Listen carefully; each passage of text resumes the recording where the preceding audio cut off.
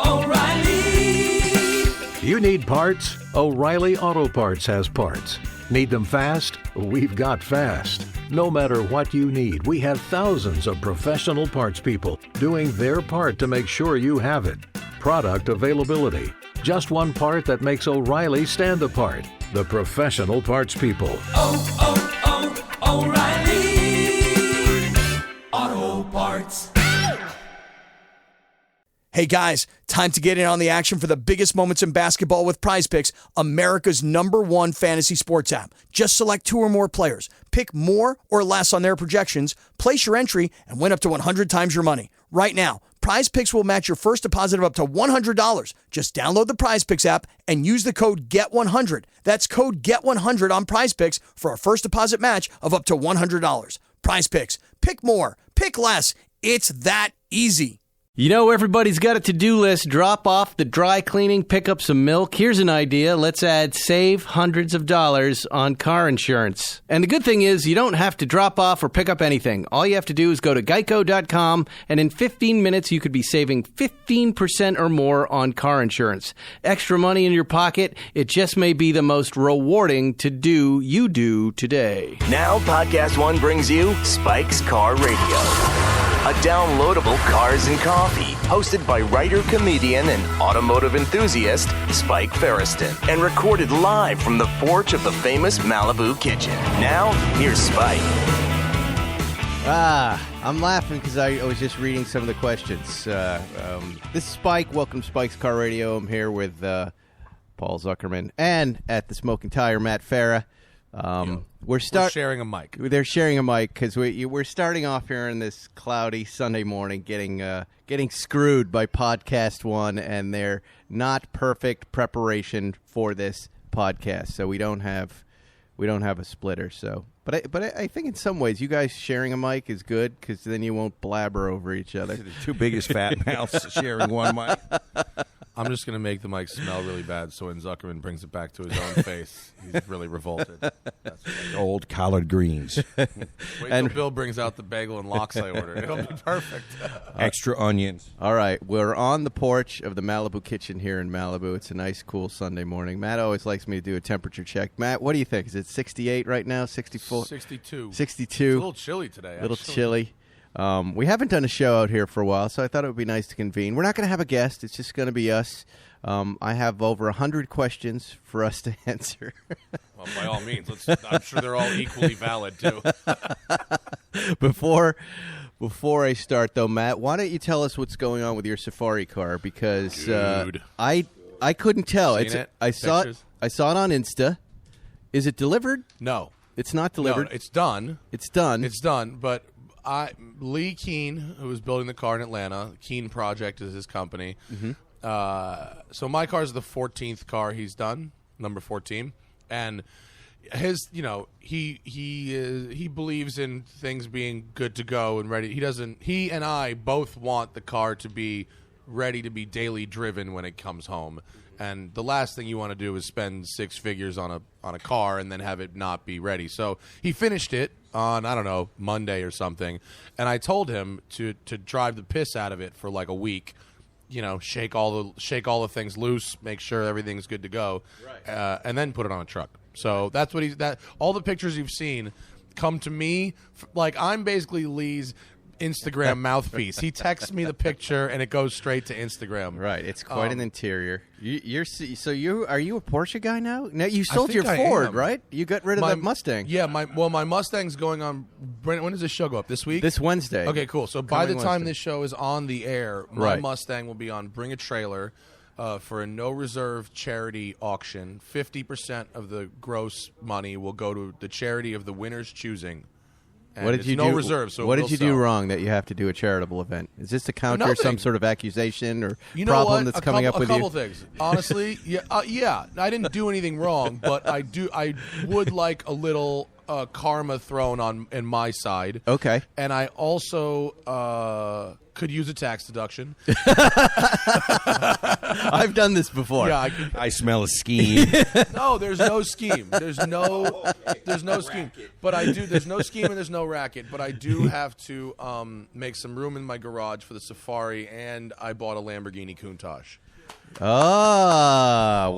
Oh. There's some big news. Zuckerman, did Welcome. you know about this? I did vaguely know, and he wanted to know. He asked me what I thought about this particular car, the price point, etc.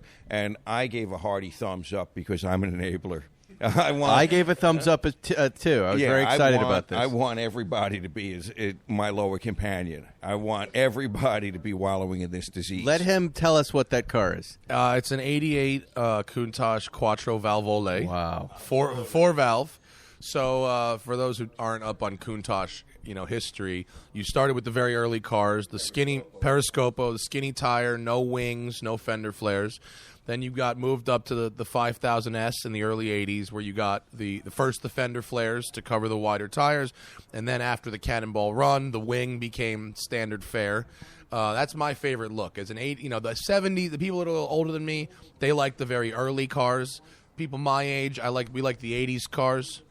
And so, the 5000S was a very pretty car, but a lot of emissions controls, not very powerful, actually. It's the slowest Countach. Now, you did a one take in this car, right? I did. This was before I did one takes. I made a very pretty well-produced video about this car 4 years ago. This very car. So it's on YouTube. We can look it up and we can find if it. you Google the smoking tire Countach, you'll get a video of me driving this car from 2014. Wow. And then the owner was looking to clear out some space in his garage, selling a few of his cars. 4 of his cars, one of which you should probably buy. Which is what? What should I buy? Tell me right now. One of you should buy his Ford GT because it's amazing.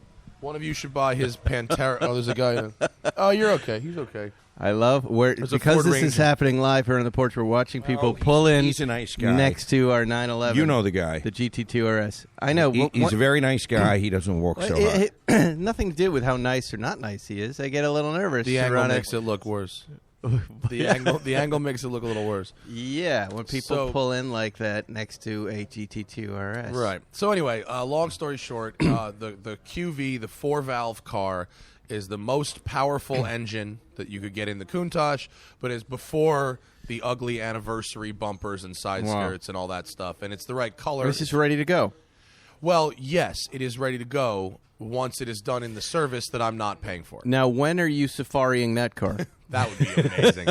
I wish, that's a life goal. Be rich enough to just cut up a Countach like it doesn't matter. Why not turn it into a golf cart? We could do that too. Why you can't keep it like it is? What's the next iteration after the Safari car? Do you think? What are we doing? Flying car? Flying Lamborghini? For me, yeah. No, I'm actually over project cars. The best thing about the Safari car is I sent the car off, and then I don't see or hear anything until it comes back finished. That's perfect. Do you realize the risk you're running, wanting a car that's completely finished, coming out of what, Atlanta, you said? Out of Georgia? Make sure it's done because I don't want to ship it back. Yeah. Look, it's not an election. I think the process is okay. And, I've said it before on the show. I've said it before on the show, and you probably know this rule, but I'm going to say it again. The 110-100 rule. You know that rule? Do you know this for restorations in new cars? No, what's that? Drive it 1 mile, do a punch list. Drive it 10 miles, do a punch list. Drive it 100 miles, do a punch list. Then deliver car. Well, Lee is doing that. Yeah. I mean, he's. We used to just drive it a lot. No, yeah. I would say delineate it. Tell him 110-100. I don't think he has that exact method, but that's basically what he's doing. He's driving it on this highway. He's driving it on the off-road. What's his name? Lee? Lee Keene. Yeah, Okay, Lee. Lee Keene was the, he Let me talk to Lee right now. I want to talk to Lee. Lee, a couple of things. Turn on all the lights in the garage and make sure every light and blinker works. Make sure the brake lights are the same light in the back, first and foremost. Okay, and we've got then I want you to press the horn. I want to know that the horn works. I want you to do look all to your left. Look to your left. What we have okay, coming yeah, in. great. They're cars. Oh boy, I've never seen them before. E-Type Testarossa Ford GT, then a 330 GTC, and then a 997 Turbo. Wow. I think that Ford GT is Stuntman Tom. That's incredible. Anyway, we are tired of getting cars delivered when if you can get Zuckerman, would you add anything to that list of things when the car's not delivered and it's not right? The horn and the lights is the easiest thing to get right. Make sure that's right. Is there radio in this car? Make sure the radio works. I'm going to give you. I'm going to tell you something. There's an outfit called RK Classic Cars. They're in North Carolina. We speak of them often. And yes, and when they do a final delivery, they have a camera on a tripod, and they go through an entire checklist where they show you on a video before you get it that every blinker works, that the horn works, that the doors close, that the windows go down, the windows go up, the mirrors work, the radio works. Anything you want, the hazards work, all of that. I was so impressed. I was as impressed about that as the Canepa detail book. And that's what you want to.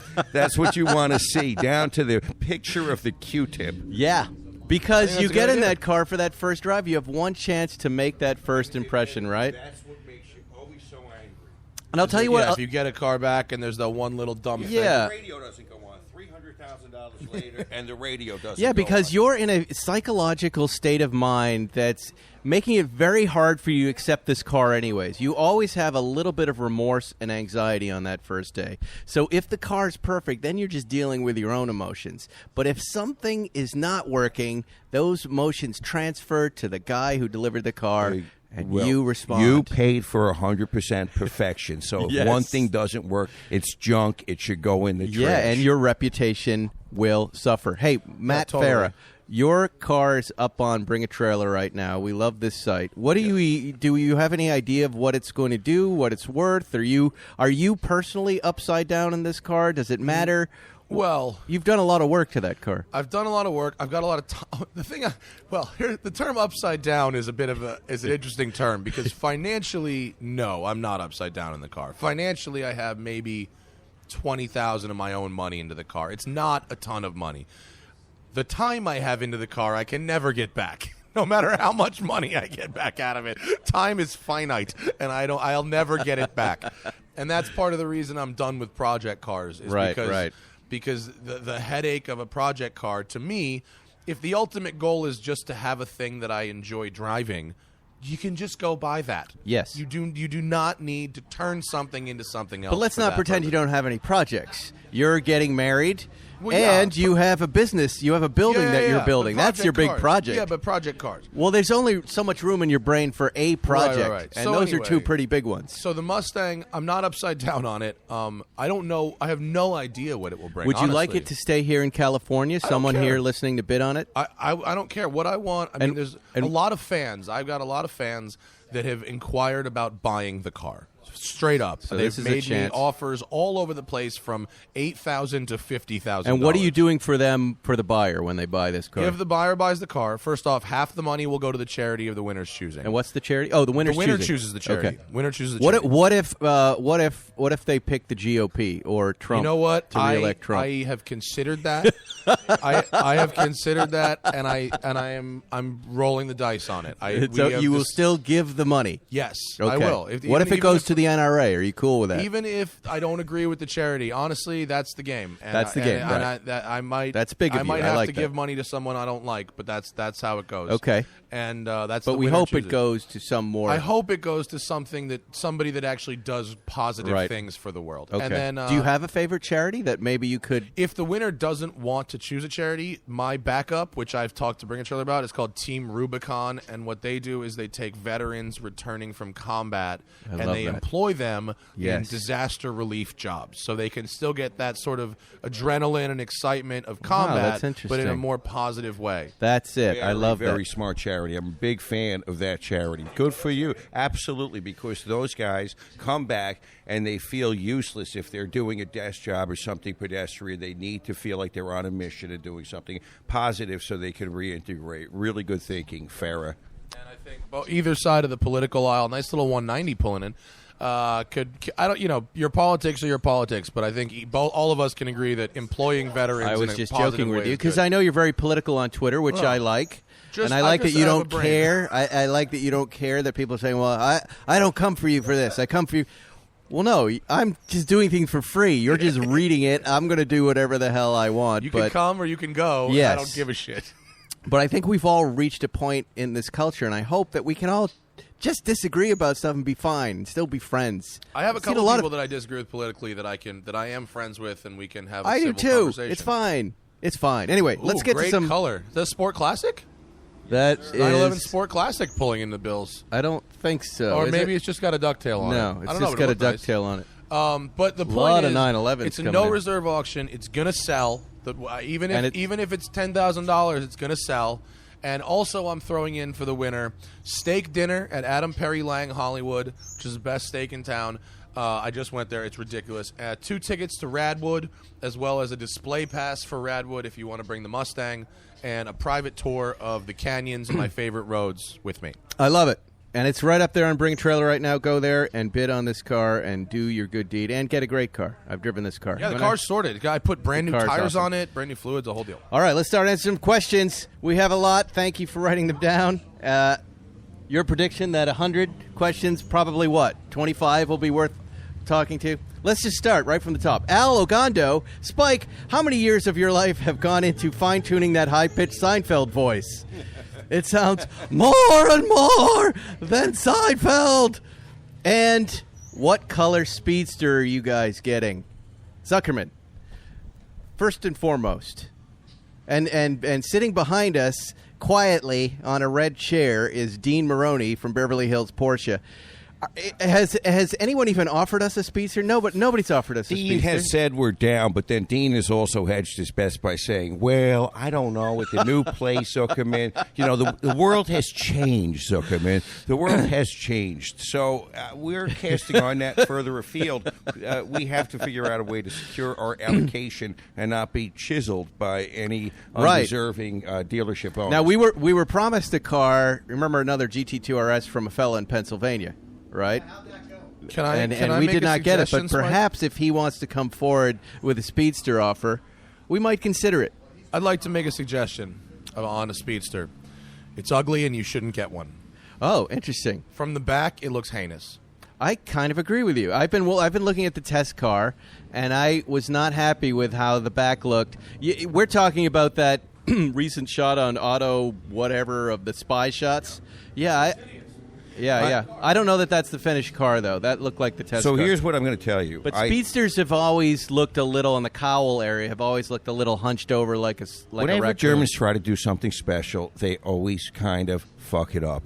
And I think that in this car, what you're getting, though, is an open-top GT3, and that's something really, really hard to pass up. I'm also interested if they're actually going to do a cabriolet version of that same car. I don't think so. I don't think that's going to happen either. But remember, there's going to be 1,948 Speedsters. Yeah. So I think 1948. Yes, the year the company was founded. So that's the reason we're getting that amount of cars, and I think we're going to do fine. But back to color. I like the Oratium Green build that I did. It's on Instagram right now. You can check it out with a little... I asked for light ivory in the front, but it came off a little champagne yellow, and I like that.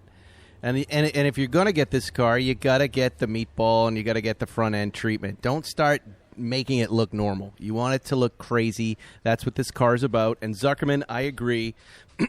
Getting the sound of a GT3 in an open cockpit car has its value. And that's what this car is about. It's ugly. And that all started with a question. Ugly car. And the Ford wasn't. And the Mustang wasn't. Okay. He's still not a fully evolved Porsche guy. But Matt. you see where this is going. Remember, we talked about this syndrome that everybody starts with the conceit that they can build a better car than the maker themselves. And now all of a sudden, you've heard it here first. Mr. Farah is beginning to acquire a taste for the pure original. Yes. The special sauce is in the original recipe. I drove the Touring, and it was spectacular, and that car needed nothing. And in fact, I just had a go in a GT3 RS, and I didn't like it. It was too race car, too stiff. What car didn't you like? GT3 RS. Where do you drive the GT2 RS? Too punishing. Is the GT2 RS even more punishing than the GT3 RS? Because in a wonderful way. It's punishment. It's like, I don't like S&M, but if you want to talk about punishing, it's like strapping you to a wall and getting beaten by the most beautiful woman and a heel of a shoe in your forehead and everything that comes with it. I've been driving. I think he likes the BDS. I think he likes the BD part of the. I really don't even understand it. GT3 Touring, because I'll take the beautiful woman part and the sensual, and you can leave. Okay, look, we've always agreed that the GT3 hits the sweet spot better, more times than the RS ever. You know does. what? This thing is a very addicting, potent flavor. So when you open the garage door and you get in it, you get so excited that you're driving this thing. By the end of the drive, you're a little like, okay, I need a break from it. Also, it's where I expect the Countach to be, by the way. Right. And yet, after a couple hours, you kind of forget about it. You go back to the garage. You're so excited to drive it again. And again, I think we've talked about this. We don't need to belabor the point. You're driving at speeds 10 to 15 miles an hour faster than you normally do in a car without feeling it. Yeah. Spectacular car. The capability is so off the charts. This is a car that really delivered on the promise. Yes. I like it a lot. I don't disagree. I noticed you had a Leno towel in the front of it. The Leno towel really helps me a lot. The towel helps me a lot. When I get the Harvey perfected. You can't just say the Harvey. You need to recap what that is. Remember, my father had a terrible back, and that was probably because he smoked 4 packs a day and never picked up anything heavier than a lighter. So he could never sit in a car comfortably without some sort of orthopedic device. And we're going to have the upholsterer, Harry the Armenian, make us a little triangular-shaped cushion that we can put behind us that goes from the lower back up to the shoulder blades for added comfort, because that seat truly is a torture device if you're anything bigger than, say, 140 pounds. In the RS? Yeah. We're out here with Matt Farah, Paul Zuckerman, and myself at the Malibu Kitchen. We'll be right back with more Spike's Car Radio. Think of all the weird things found in cars, and I'm not talking about your garden variety petrified French fries or melted crayons. For me, it's crumbs. But I'm talking about live snakes, bizarre trinkets, the kind of stuff that just makes you wonder about folks. Another thing that'll make you wonder, but in a good way, are Continental belts. Bet you didn't know they're OE in tens of millions of Chrysler, Dodge, Ford, and GM vehicles that roll off the assembly line. They're also OE on the majority of BMWs and VWs. Now Continental is launching the aftermarket multi-V belt with the OE pedigree. It's their OE Technology Series. Belts that are fanatically engineered for the perfect fit, form, and function. And Continental has an OE Technology Series multi-V belt for 90% of vehicles on the road in the U.S. and Canada. Hey, you get enough surprises working on cars and trucks. A belt should not be one of them. Go with the Continental OE Technology Series multi-V belt, the belt with the OE pedigree. To get the full story, visit oetechnologyseries.com. You're listening to Spike's Car Radio. Welcome back, Spike's Car Radio here on the porch at Matt. What do you need a break? What? It's a fake break. Edit break. Why? So we can find where to put the break. Do you like the break he gave me today by not giving me a mic splitter we have to share? No, I'm running through my breaks. On Will showed up for the show that never happened with Scott Dixon. He did me a solid that day. He's great. We love Will, but someone else let us down, and Will knows who it is, and I'm not going to out her, but it's just not how you want to start off your morning here. But I think it's kind of working because it keeps you guys a little quieter, and there's nice separation. I want to say one thing about your past real quick. I watched I'll just edit Saturday it out. Night Live, their vintage 1976 program. Yes. And boy, was that show fucking good. Oh. What show did you watch? I wasn't on the show then. I was barely alive. That, I was 12. but looking back, it was so good. It was Paul Simon, George Harrison, and it was a brilliant show, and it was so nostalgic and so well put together. So charming. Okay. Was that the one where Paul Simon dressed as a turkey? Yeah, that's a good one. Yeah, I remember that one. How did you remember that? Because I went to a Paul moment. Simon concert, and he discussed it on stage, actually, as how uncomfortable he was. It was really I have a question for you, Matt. Lee Keene, our Beloy Life. No one ever puts your name. I'm not going to say your names anymore unless you put it in the thing. But they want to know if Lee Keene is going to let you drive the RWB and WRC car for a one-take when the Safari's picked up. Does he have an RWB? His father actually has an RWB build that is like, and I'm not a big fan of the RWB thing. Like, no offense to anyone who is, but like, it's just not my thing. I like the way but they it's look. got a big, it's got a huge motor in it. It's got like a 4-liter in it. And it's basically a race car. It's pretty crazy. That's his dad's car actually. Do you think Do you think we have too many outlaw 911 builds suddenly happening right now? They all bring money. Yeah, I watch Bring a Trailer. They all bring money. Is it plateauing off? I think we're going to get to like the Chip Foose time here, where all of a sudden it's not going anywhere. Could be. The second question: Lee does own an actual Subaru WRC car. It's apparently a bit of a headache to. It's a race. It runs race gas, and it's a bit of a headache to. It's really just a display piece, so probably not. And I'm not going to Atlanta to get the car anyway. So here's to my 911 modifier point.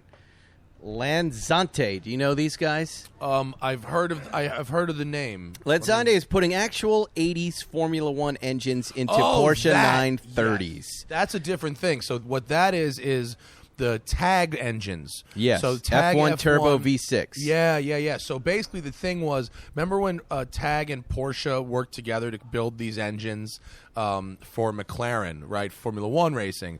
There were like a bunch of engines that they built, like 30 engines or something. Now, is this the same TAG as TAG Heuer? Yes. This is before TAG acquired Heuer. Yes. Wow. TAG turbos. They were experts in ceramics and building turbos and advanced composites. They worked with McLaren to build these V6 turbo engines in the early 80s. And as a gift to Ron Dennis, they put one in a 930. And I don't know if it ran or runs, but there was a storage unit somewhere with like 30 of these engines in it. Somehow this company, Lanzante, acquired these engines and is putting them in Porsches for customers. I don't even know if they'll be drivable or anything like that. But yeah, that is really a thing. I'm sorry, we're giggling because a biker just walked behind Zuckerman and just belched out loud and then just walked away. Who did? Who? He belched. No, I did. I said that. Yeah. So anyway, I mean, look, if you're going to modify a Porsche, shove a Formula One motor in A single there. Porsche 930 was built, unmodified from F1 spec as a test mule. The car mostly stock from outside, save for some roof-sourced wheels. Remained a one-off, kept in museums and shown at various events. Now, this says 26 Formula One wins, 68 Grand Prix, 1984, 1987. Let's see how many they're going to make. They're going to make. It was 30, right? They're going to make 11 cars with permission from McLaren Racing. But it's a Porsche, too. It is a Porsche. So they don't have Porsche's permission? I don't think they need it. It's just they're just buying old 930s. Wow. What do you think about that, Zuckerman? That's a pretty interesting little deal. Okay, this gets and my by the way, attention. It's going to be a road legal car, right? That's what it's saying here. In theory, but you'd have to massively detune that engine. 750 horsepower. Well, that's a little more than the GT2 RS we have sitting right here. I think they have to detune it to run on pump gas. They have to make it sort of streetable, and so. But yeah, you can use the fundamental architecture of those engines. Yeah. But this is what I'm talking about. Are there too many outfits like this now? Just taking up our beautiful cars, chopping them into something else, and dumping giant motors in them. This was my original Singer argument when we started this podcast. I've always felt that why take 964s? There were so few of them, right? And you're chopping them up, and take something else. But I agree there are way too many things grabbing our attention. But it's nice to see someone mine a really, really arcane part of our story with something like this. Yeah, I mean, it's really about having one of those engines because these engines weren't brand new. These are used engines. So every car that this company is building, they're putting a plate on the back with the winning record of each engine. So you could buy an engine that Niki Lauda or a proper racing driver actually won or podiumed in a Grand Prix. Smiling. Well, I'm smiling because I'm thinking about we could just get a little scribe somewhere to write stories. Charge $1,500 a story. If it was Ferrari, that might be. Last time you were on, Matt, we talked about Elon Musk, and we started scratching our head. This is a couple of months ago, where you and I were noticing something's just not quite right at Tesla, and something's not quite right with Elon. And now here we sit. He's been removed as chairman of his own company, right? He's still running it as CEO. Just give him the food and beverage job, something quiet. Like there's, the usual stories about, how is he going to pay over $1 billion in debt, blah, blah, blah, blah, blah, and Business Insider. He always seems to get through those little financial messes. But do you think he's going to get through the personal madness, in my opinion, that's happening with him, this meltdown in public? What's going on? The point is he should probably be wise enough at this point to realize that maybe he shouldn't be on Twitter. Right. He was smart enough in the interview to say he shouldn't be on Instagram, yes. and really in an eloquent way explain the reasons to not be on Instagram. I think there's the same argument can be made for him in Twitter, and they need to hire someone who's good at building cars and large-scale manufacturing to run the company. And he has a lot of great ideas. When you think an idea guy, you're like this too, Matt. When you think of social media, there is a little bit of a humility in responding to everyone. Keep him on the mic for 1 second. Responding to everyone that talks to you, right? Yeah. You're not too big. You're not too powerful to talk to the smallest guy and answer his question, right? So that I kind of like about him, that he is talking to everybody and anybody who has an opinion.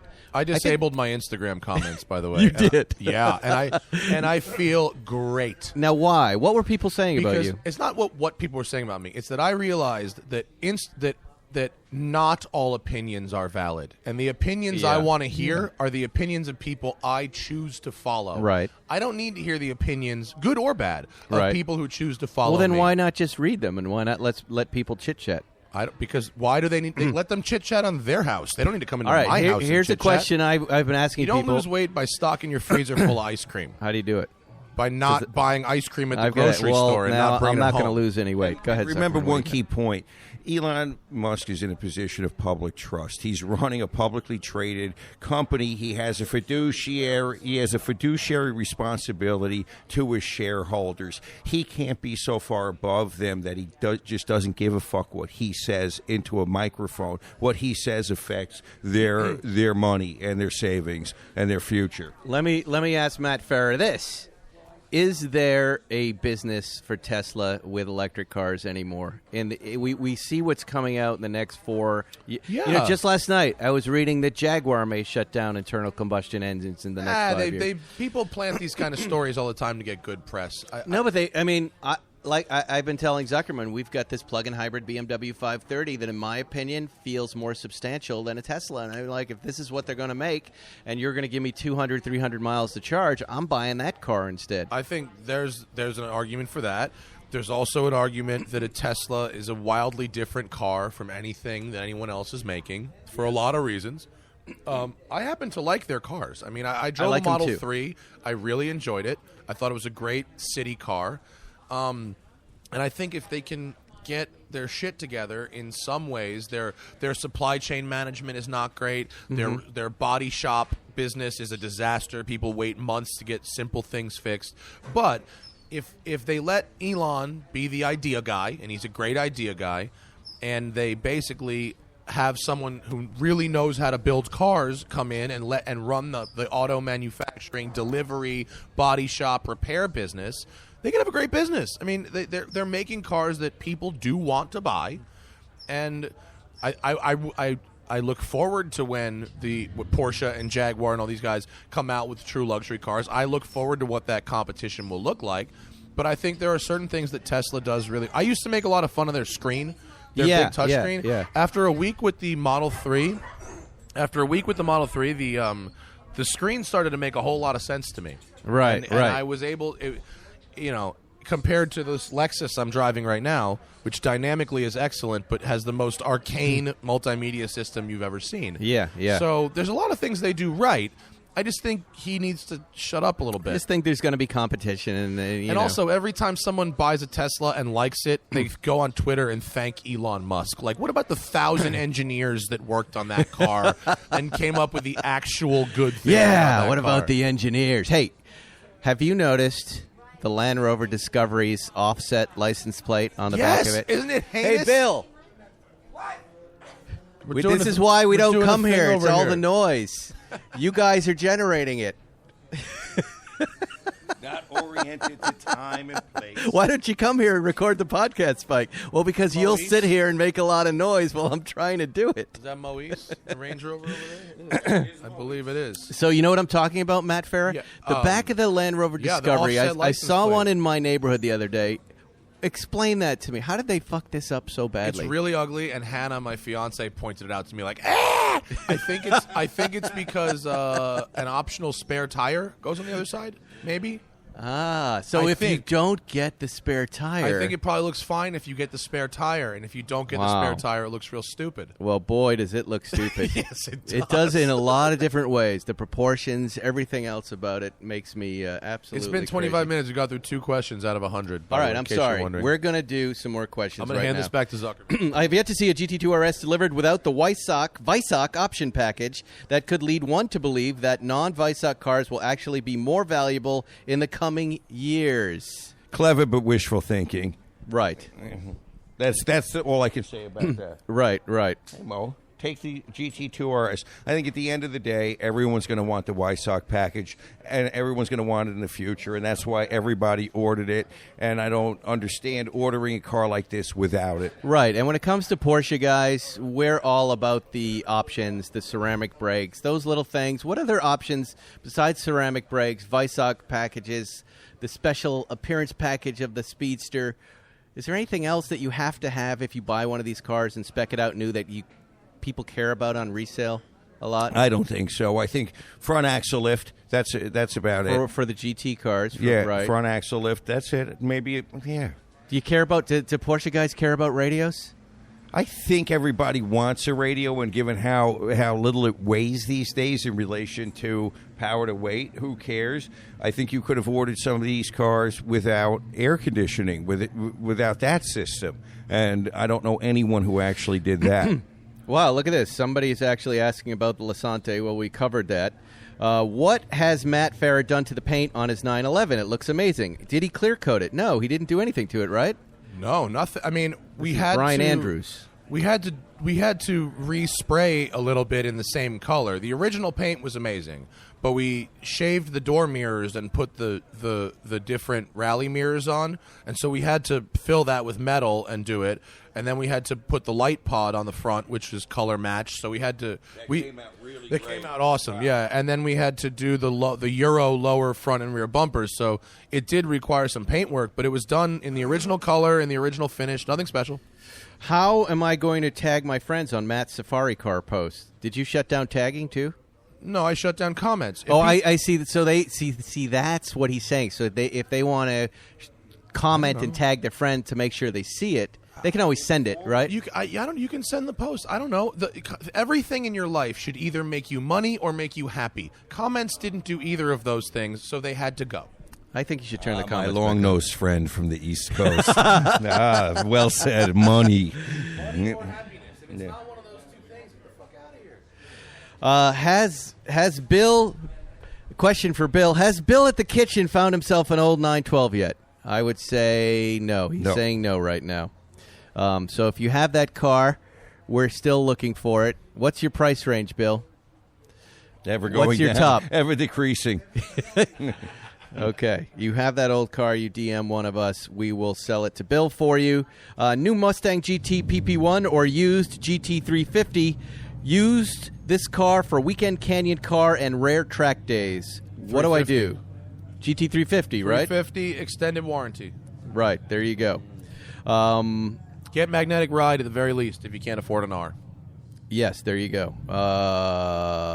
Leaf green. Oh my God, this guy's Mustang exhaust is so off-centered and rubbing on his body panel. Oh, boy. Look how terrible that looks. Here's a funny question, Matt. What is the Swiss watch version of the 911 996? So something that's like pretty like. I like that question. So the worst version of the best thing. Yes. Right? What's the worst version of the best thing? Well, you think the 996 is the worst 911 variant made? Yeah. Zuckerman, do you agree with that? Try to pay attention. Do you think the 996 is the worst 911 series made? I think that the worst 911 series made is 74, 75, 76, 77. That era right there had the worst problems, dependability and 74 to performance-wise. 79, I yeah. think that the 996 is the ugliest. By far the ugliest 911 made. The front end is terrible. The use of the Boxster, the front end to save money, really deteriorated the brand, made it less desirable, and the interior is hideous, frankly hideous. But the GT2 that I have, Jerry's old GT2, the drive is fantastic. The drive is a 10 out of 10. Oh, that's right. Looks you have are that car. a 6 out of 10 in the 911 department. Drive is a 10 out of 10. Matt Farah would love. So what to watch hot would foot. you match to the 996? That's what brand would you? The ugliest version of the best watch. Right? I'm trying to think of watch brands that that would be a Swiss watch. Like, all right, here I'd say the Omega Seamaster wavy bezel. The ugly wavy bezel that nobody wants and has aged That's very poorly. Very good. Shh. People, we're trying to record. I know, they just walk up. This is why we don't do it here. It's too hard. People are just coming up like you're not even doing anything. When are you going to have your neighbor Gibbs on the pod? Who is Gibbs? What is that? Is that your neighbor? No, I don't have a neighbor named Mr. Gibbs. Mr. Gibbs. Okay. Direction of the new 992 is elimination of PDK center console shifter, touch-sensitive buttons on piano black surfaces, door handles that automatically pop out like they're glad to see you. New 911s are for girly men. Man cards no longer needed. What say you? This guy knows more about the new 911 than I do. I don't know of any of the things that he's talking about. No, I don't either. But have you seen the spy shots of the new car, the new 992? Not only have I seen the spy shots, the Porsche is currently doing, I guess, probably fuel economy testing, and they drive the 992s past my house every day for the last week. Come on. 3 o'clock. Yeah. Two black ones I've seen go by. They sound really good. Sound nice. They look big though, even by modern standards. They do. That the back end treatment with that with having the bottom half in black plastic to try to hide the size of the rear end is not conning me. I don't like it. Too big, too fat. And so I agree. It's the GT2 RS is big. It's a big 911, right? And maybe this is what they're doing with it. They're talking about the launch pattern here. I'm just reading through this road and track report of the new 911. I don't know. Maybe you shouldn't be reading car reports on the shows. It's not good What? radio. Maybe it is good radio. I don't know. Extract a little information about it. I mean, it's funny. I don't really get interested in these new cars because I'm so interested in the things that they're making at the end of the run. So I usually the special edition one, right? Yeah, I You wait and see. very rarely read about the new 911 until it's the new 911 GT3. Yeah, it makes which sense. there are spy shots of that car The out wing already. looks. They are really. If that's how it's going to look, they have gone very aggressive with the wing and the rear treatment. Well, look over next to you and look what's going that's on an there. RS. Right. That should be aggressive. The next, always a hint of what's to come. All right. Do you think first and second generation Boxsters will make the old car to classic car transition? No. The first series Boxsters? No. No. Why? Not even a they first suck. series? No, the first series was the worst series. It had the worst engine, the worst gearbox, cost just as much to maintain as a current 911, but it makes 180 horsepower. They're not good. Zuckerman, nothing to add. Nothing. Terrible. I really like those first year cars. Because maybe you had I one, had you're one. nostalgic. Yeah, but You yeah, can't go I home, agree. Farah They made said. a ton of them, right? Yeah, they're awful. Okay, Spike and Matt, have you seen the new Hamilton Chronomatic with Panda Dial Daytona homage? Does it stand on its own merit? Do you know the Instamatic Hamiltons? No, have I you haven't seen seen this? it. If you haven't seen the Hamilton Instamatic Panda Dial, it comes in a white dial, it comes in a maybe silver and a black dial. I think they're cool, retro-looking I'm watches. pulling up an image of one right now. I like these watches, and I like that they're affordable, and I'm a fan of Hamilton and what they're doing. They look like they look a bit like an old Hoyer. Yeah, yeah. A little like an old Hoyer? Isn't that a nice-looking watch? Doesn't even Yeah. look modern. Yeah. That's a 40-millimeter watch, and it's a great value for around, what, $2,000? Is that I where they don't come have in? a price, but it looks, assuming it's priced like other Hamiltons, which are affordable, It's a good-looking dial. It looks like it, looks right? like an old Hoyer. Yeah, we approve of that watch. You should get one. By the way, have you heard from Hodinkee on the Orange Boys? When are they coming?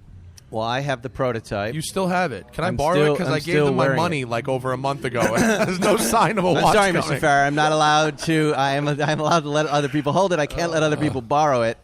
But I am now trying to figure out how to keep it when my new one comes in and do a little switcheroo. Send them back. Zuckerman told me how to do. It's, send it back. Take off the case. Here's back. a good question. Seems common these days for new Porsche. And Zuckerman, I've gotten this question, and you can weigh in on it. Seems common these days for new Porsche owners to ceramic coat and or apply clear film to their cars. Is this something you and Zuckerman do with your cars? Zuckerman, go ahead. Answer is no. I do not, and I don't believe in that ceramic coating as being a good thing in the long run. If I get a very valuable vintage car that I want to preserve the original paint, I may put a clear bra up to a certain point just to protect the Have you paint. ever done it before? I did it on the GT2, and I did it on one other car. But I'm not really apt to do it. I don't mind stone Don't chips. you worry about the moment you have to take that off and what happens to your paint after? if a knave takes it off, then they can peel the paint off. If somebody who knows what they're doing does it right, which is to heat it little by little, it comes up very easily. Matt Farah, how do you feel about this subject? I wasn't listening. The preservation of car by putting a clear wrap or some sort of protective. I'm cool with that. It's not. I mean, but really, don't you just want to drive the car and let it get patinated and rock chipped up? And make it a car. Sure, okay, that's fine. But also, like, if you know that you are driving in rough conditions and you are maybe you drive there's gravel on the roads or whatever, what's wrong with that? Who cares? All right, we're gonna take one more little break, then we'll come back, do some more of your questions. We'll be right back with Spike's Car Radio. Let's talk about AMSOIL. You know why I like AMSOIL? Because they're a bunch of car people. They're gearheads. They're into all kinds of power sports, and basically they get it. Recently, AMSOIL created a guide to increasing horsepower in your vehicle. It has insider tips from some of the best in the business on coaxing more power out of your engine. You can get your copy free at amsoil.com/spike. amsoil.com/spike. While there, find out more about AMSOIL synthetic motor oil too, like how AMSOIL Signature Series synthetic motor oil delivers 75% more engine protection against horsepower loss and wear than required by a leading industry standard. Go to amsoil.com/spike to get your free insider's guide to increasing horsepower. You're listening to Spike's Car Radio. Welcome back, Spike's Car Radio. Matt Farah, what is the right number of watches for rotation and daily use? Do you have one? I mean, I have more than that. Whatever it is, I have more. I feel like probably 3 or 4 should satisfy anybody, but I have 10. Here's an idea, and I'm sure you haven't thought of this. Zuckerman had a good term the other day, though, because I split the stock. I traded my GMT Batman, which I think is top of the market right now, for a pair of Explorer 2s, a black dial and a white dial. Traded. I don't like that. It was a stock split. It's a stock split. That's an interesting move. I like that. I don't like the split, but it's an interesting idea. The Explorer actually fits better on my wrist. It's a 42. I think you're going to lose money on that deal. But what do you mean lose money? The GMT Batman is one of the greatest modern watches of our time, and you get rid of it. Once someone pointed out the square case, I couldn't unsee it. I had to go. I never put it on again. And why the Explorer though? I really like the brushed. I really like the brushed steel. I really like the orange hand. I really like the tapering on the 42 millimeter case. Can we disagree about this? Sure. I think it's a bad You move. and your little puny wrists might not notice the difference, but my big wrists can tell. Paintball guns. I think all Ferriston should die. We don't have to agree Let's about settle anything. this with BB guns and speed bumps. Here's one, Matt. Ask Matt to make a video with you and Zuckerman riding and driving the safari car in the dirt. I'm sure you have a video planned for this car, or have you not at this point? No, I'm gonna. If you guys want to come out and play, I don't. you can come. No, They you don't know what'll happen to me. care. No, I do What'll happen to care. you? I just You'll don't break my want to. car? What's that? No, I'll get sick. You'll make me sick in the car yeah. driving. That's what'll happen. I But liked want the to see video the we made with your GT3 though, and the Carrera T. That was fun. We should do one with a GT2 RS. That would be a great video. Actually, you know what Matt, we should do? Here's what we should do. I would like to do this one. How about this? We take your guys' Plan Z 87. Yes. that he drove, and we'll take Mike's safari car, that's and fun. we'll drive them on the street to see how much worse the like street that. handling is compared to stock. Can you and we take turn one off more the card. comments of your YouTube before you do that? And Because we your take the fans clubs are. for it. Hold on one My second. fans Your don't- fans are vicious. Yeah, they're vicious. The problem with turning off YouTube comments is you lose money then, Oh. and so Well, I will will do that if you promise to not have your fans attack me like I was Justin Bieber's girlfriend. They don't like people that are wealthy and honest about it. That's the problem. If What do you're you mean wealthy, wealthy you need to and be honest? ashamed of it. What did I say? On YouTube, yeah, people don't like. Matt Farah, what did I say in that video other than here are the options you should get in this car? You didn't It's say worth anything. the money. I didn't You say were- anything. you were I didn't your brag about own wealth. It was just you were yourself as a successful person who can afford a nice thing. That That's was all. not what I sensed happening. You know what I sensed? You have a bunch of fangirls. Not a lot of those fangirls knew who I was, and they did not like how friendly I was to you and the things I was saying to you, not Oh, knowing that could be that true. you and I have a history of busting each other's balls for many years. That could be true and also. extend to it. And I know that. That's a mistake I made because I Next made time, it. treat me like a total stranger. I have to. No, this is something that's true, and I learned. I thought I learned the lesson when I was on Colbert's show. I did the same thing with him because I know Stephen Colbert, but I was a little too personable and chummy with him, and they were like, "Who the fuck is that guy? That's so How interesting. dare you talk to him like Maybe that?" I just need a better intro where I go, "Hey, you people out there are fans, and It's this is my my fault. actual friend." No, it's my fault. I need to learn this lesson, and it's a good lesson for all of you when you go on. Fuck those people. Continue busting my balls. It's fun. I think it was Louis who told me, Louis C.K. a long time ago, that he said, Said, pull it out. They let you. No. Bar the door. No, he didn't say that. What he said, it's a really good piece of advice, and here is the piece of advice. Because it's pertinent here, it's relevant here. He said, treat everyone, when you go on any radio shows, you're doing any press, pretend you're talking to your girlfriend, your new girlfriend's father, for the first time. Use that tone and go, "Oh, hi, and nice to meet you." He goes, then you really won't feel that wrath Oh, that's that I'm interesting. talking about right today. You know, for a guy who, does the things that Louis done, he has some good points sometimes.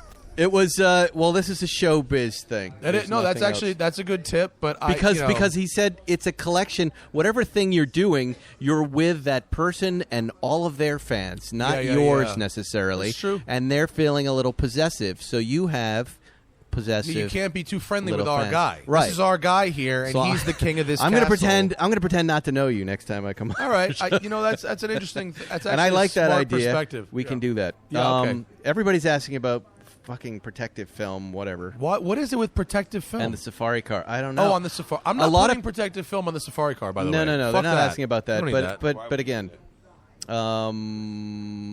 what do you like besides Porsches? Anybody?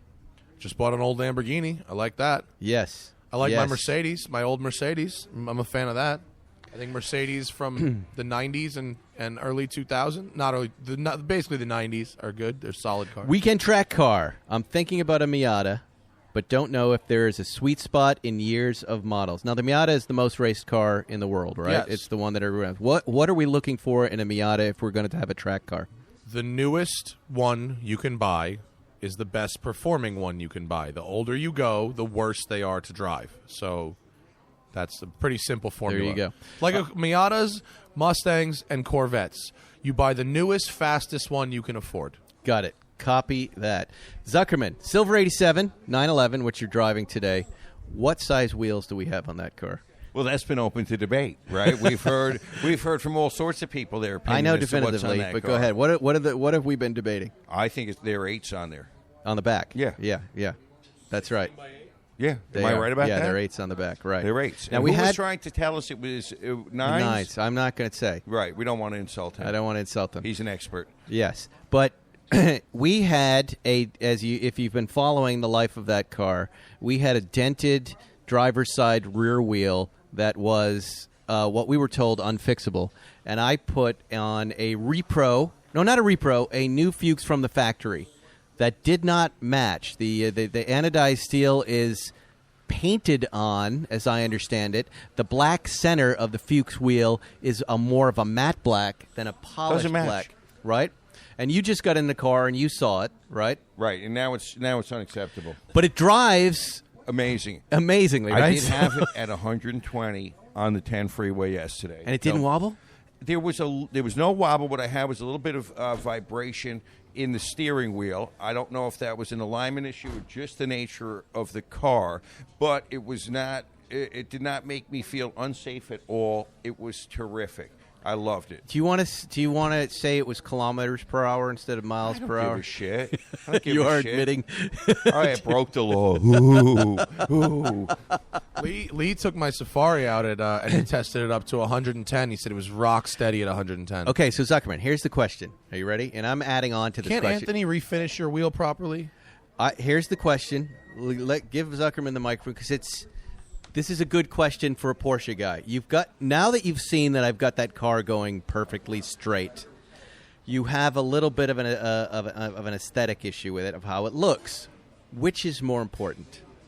At this point, if you can get the original wheel back, and I believe you told me, and I don't want to... But differentiate between function over style is my question. So here's the thing. If we had it as it was before... If the original wheel was defective, I would take this new wheel over that so I could drive it. I would err on the side of drivability in this car. Well, I have big news for you. Okay. I called Wheel Enhancement down by the airport back, and I said,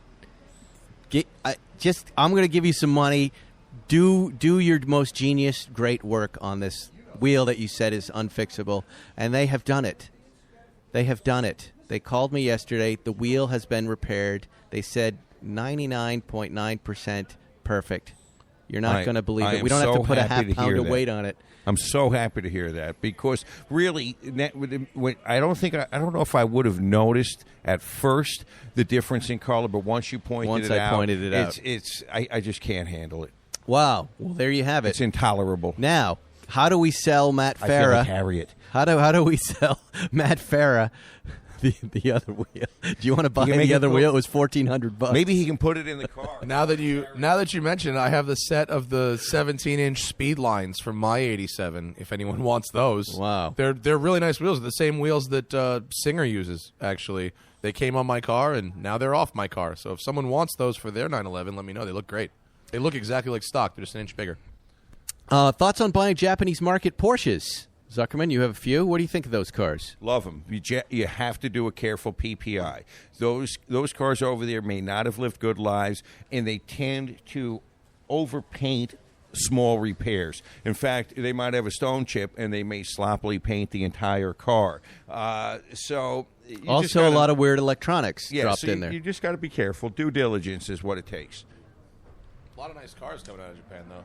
I've seen consistently a bunch of really cool. I mean, what he said about condition, 100%, but like turbo 3.6s and really neat stuff that is on the rare side. Remember, Japan was doing so well in the 80s and 90s. They had all the money when we didn't, and they bought all that stuff up. So it is there. My favorite thing about you guys been to Tokyo before? Yeah.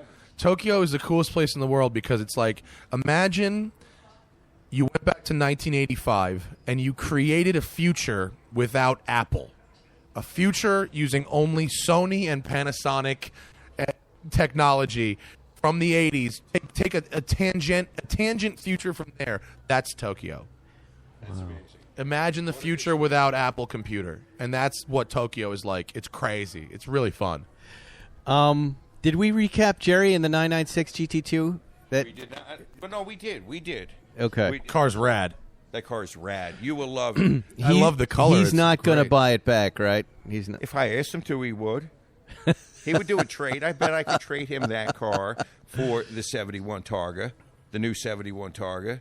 Oh, wow. I bet that could happen. Can you believe that phrase? The new 71. Wait, is it a new 71 or new to him? No, it was in the factory, a 71 Targa that had slight damage to the front fender. It was a Dutch police car. The police sent it back to Porsche, and it stayed in the factory for 30 years or so, undriven. Spike found it for Jerry. It had 800 miles on it at that time. Yeah, it's a killer. And when you drive it, you die. You really get sad because of the togetherness of the car. It's a true time machine. Yeah. It's a true time machine. Well, I think the thing about buying an old, and you get most sad. people I just who wanna buy say- an old car, they don't really get to feel what it felt like when right, it was that and that's brand what I mean. new It makes you Titan. sad because you don't own it, Yeah. and you go, "Gosh, nothing drives like this. Nothing." It's like that movie Awakenings. Robert De Niro wakes up and he thinks it's 1950 still. Awakening, It's like Zuckerman. El Dopa. We should do dueling Zuckermans right now. What are you doing? Hey, give me the money. Give me the Awakenings. What are you, retarded? Okay, what are you I gonna like sleep? this question. Here's an actual good question, and we can start with Matt Farah. What is the biggest automotive mistake you've ever made? Purchase, modification, restoration. I have What is two. your biggest mistake? I've got two easy ones. Okay. One is I bought an H1 Hummer in 2005. That's a great. Just Wow. that you can just. I mean, you don't need to know anything else. Right, buying right. that it was horrible. It was black. It was a black H1 diesel. You look like a wagon. guy that would work in a big truck. What was your thinking when you? I worked in a Raptor. I later got a Raptor, which was I like which that. was big. I like big, those. but not a piece of shit. Yeah. This was big and a piece of shit. Right. Those were terrible And vehicles. what was your thinking at the time? This moment where you? At the time, I wanted an SUV, but I was working at an exotic car rental company, and I wanted to kind of get in the exotic car game, and a Hummer was exotic. You know what I mean? And it was love that. look, as far as Hummers go, it was a pretty nice example. Yes. But like, it just didn't occur to me what it really would be like to drive a school bus everywhere I went, and that's ultimately what it was. What is your second mistake? Leasing a Ford Focus RS more recently. I should have just bought, if I had bought it for cash. Oh my God! But you were so excited when you got that car. Right, no. You're talking about the lease not aspect. acquiring the car. Okay. Acquiring the car doesn't qualify as a big mistake. Right. Leasing it does. Okay. My accountant said I should lease myself a company vehicle for a tax thing. What he didn't factor in was that I might have hated the car after 3 weeks, which I did. At the time, if I had just paid cash for the car, Yeah. I could have flipped it and turned a profit. Right. Instead, I got stuck with it for 3 years, writing a check every fucking month, and I still have it, and now I have a car I pay for every month and hardly ever drive. You still have that car. Yeah. What about when was the last time what you about, saw it? What about swap a lease or trade a lease? I haven't seen that car. You know, Does that work? That whole thing? It does, but my sister did, and it's far more annoying of a process I'll than bet, you I'll really bet. think it is. Easier to write the check. So those are my two biggest. Zuckerman, what about you? I've got two of those as well. Two? I've got two. I've got I'm gonna 200. I'm going to start with a story that'll resonate with Matt Farah, who likes to modify. I decided that I needed to do my own Porsche Frankenstein car, a 72 Targa, and put a 3.6 Vario Ram engine from a 993 into it. This was a very early in my Porsche days, and I was so excited, and I got this car. It was so awful. It was so horrible. I felt like a child molester, a real chomo. And Did I see this car? No, never. I didn't let anyone see Why it. did the car make you feel like a child molester? It was like I I'd don't taken a understand. perfectly beautiful car and molested I it see, and I taken see. its innocence from it. It was forever a hunk of shit. Oh, boy. And the next day, I sent it to somebody. I said, "Just take this and sell it for as much as you can. I never want to see this car again. I only want to know I did this." And that was it for me in that department. And then remember, there was a time when I decided I was mad at Porsche because I could not get my GT3 brakes to stop squeaking, and I leased an Audi R10, an R8 V10 Cabriolet. Oh, that's right. I And remember that. Visually, it was a 10 out of 10, and driving-wise, it was a 5 out of 10. It was like the opposite of the 996 GT2. I drove that car for 2 days. I hated it, and I had to get out of that car. It was awful. Wow. Yes, I remember that. Huh? Why you like him? Was it a stick? It was a stick and it was a V10, so it I mean, it didn't go. I'm in general I'm a fan of those cars, but I didn't. They're a little boring.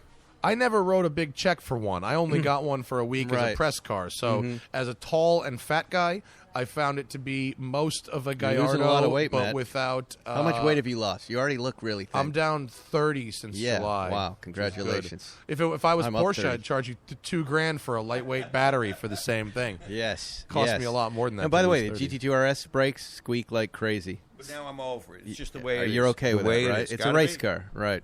But we used to buy the ceramic brakes because there was no brake dust and because they didn't squeak. And now they're dusty and squeaky. No, they're not that dusty. But they're squeaky. But they're squeaky. They're totally squeaky. If you get a little home power washer and you power wash out the wheels, they squeak less. Yeah. I've heard everything. I've figured that. Simple green spray, though. I've looked up everything. I don't know about that, but I just find if you wash do- the wheels, the brakes tend to squeak less. I just say put Vaseline on. You'll be happy. That'll probably work good. As far as my biggest mistake, the Maserati bi-turbo was my biggest car mistake. 2-word answer. That's all you need there. That's all you need. It didn't work. It cost a fortune to fix. It was awful. Let's see. Oh, here's let's go on in this one final question because it's about a nice subject. Matt Farah's impending nuptials that are coming up. Has Matt decided on a wedding car? Now, when I got married, I worked my 58 Speedster restoration into the wedding budget. Did you? Yes, there was a line on there that said, is I said, hysterical. Erica, that's my wife, I said, we can drive off in this pretty little silver car that I own. It just needs a little stuff done to it, and I worked in a nice little restoration. Back then, by the way, very funny. the restoration of that car did not cost all that much money. I think that was about $20,000 to paint it and do the engine and do, think about that. Wow. I painted it several other times. Have you thought about a wedding car? Well, so first An off, electric there's Jaguar. There's no drive off at my wedding. The ceremony and the party are at the same place, so there's But no drive still- off. But it's in New York, which is where I keep my Aston Martin Vanquish in Connecticut. So that I will be driving that car up to Hudson, New York from Greenwich, which is Hudson is a beautiful town on the Hudson River where my wedding will be. And the drive up there is just spectacular through northern Westchester and Dutchess County. And so Wow, what an I will be event. driving the Vanquish. Who? Yes. Yes. Upstate New York is a little different. It's real. I'm Farah getting married on in the this old Hudson. factory from like the 1860s. I've seen the venue. It's lovely. It's beautiful. Yeah, Yes, it's gonna be it looks amazing. very Matt Farah. So the Vanquish is Plan A, and Plan B, if for some reason we need to get more than two, I was gonna call up Rolls and see if I could get the Cullinan, the new Rolls SUV, yeah. which I thought would be pretty rad. That's weird. That's weird. And you know what? I don't think that's good at a wedding. Everyone I've spoken to who has driven it, because the press launch was last week, said it's incredible. Oh, I don't doubt that it's incredible. I just think in your wedding photos, I don't think that's the right vibe. It wouldn't be for the photos. It would just be to. Well, that's what we're pamp- talking about here. You want to have one or two little shots around a car because you're a car guy. There's nothing older that you might arrange No, if to be there. that's the move, I think the Vanquish it speaks to my personality. What better. about the new Countach? Is there any? Ship it to New York? Yes. For that. That You know, really would be the ultimate Matt It Farah would, it would. wedding car. It shot. would if I don't have the. Can you stones to imagine? ship that to New Can you York for imagine that. just tin cans and streamers off the back of it? Can you imagine? That'll be my gift to you from a distance. I will ship the car to New York for you if you're willing to do that. What you want to do is tape little Did you hear what he streamers said? to the exhaust trumpets. I'll kick in. I will kick Yo, in. if you guys want to pay for round trip shipping for a Countach, It's then I done. will. I'll pull it Intercity. I'll pull it into the party. Dance floor? Who needs a dance floor? Just put in Countach in. That is perfect with cans and streamers. What a day that will be. That would be cool. Well, gentlemen, I'm sorry that Podcast One screwed us on the mic splitter and we had to switch, but you did a wonderful job here today. We're going to get some breakfast right now with all of our friends. Food. Thank you to you both, and we'll see you next week on Spike's Car Radio. Real quick before we go, if you're looking to buy a car, you're probably familiar with terms like MSRP. You might even know what it stands for, but what does it actually mean? The same goes for invoice, list price, and dealer price. It's enough to confuse everybody, even you, Zuckerman. All you're looking for is a price that actually means something. Introducing True Price from True Car. Now you can know exactly what you'll pay for the car you want, including fees and accessories, before you even get to the dealership. True Car dealers will show you the true price on cars like the one you want, all from the comfort of your home. And how do you know if your true price is a great price? Because True Car shows you what other people paid for the same car you want. And your certified dealers know this, so they set their true price competitively so they can win your business. So when you're ready to buy a new or used car, visit True Car to enjoy a more confident car buying experience. Some features not available in all states. Thanks for listening to Spike's Car Radio. Download new episodes every Wednesday on the Podcast One app or subscribe now at Apple Podcasts or PodcastOne.com. Hey guys, it's Jack Vanek from the Lady Gang, and I am sitting here with true crime TV producer and my best friend, Alexis Linkletter, and we are so excited that we are finally launching our true crime podcast called The First Degree right here on Podcast One. And each week, we are going to bring you the craziest true crime stories and talk to the people who are 1 degree away from each of these crazy events. And we've dragged crime journalist Billy Jensen along for the ride, and he can't get rid of us. Join us on The First Degree every Wednesday on PodcastOne.com and the PC One app. Also remember to rate and review.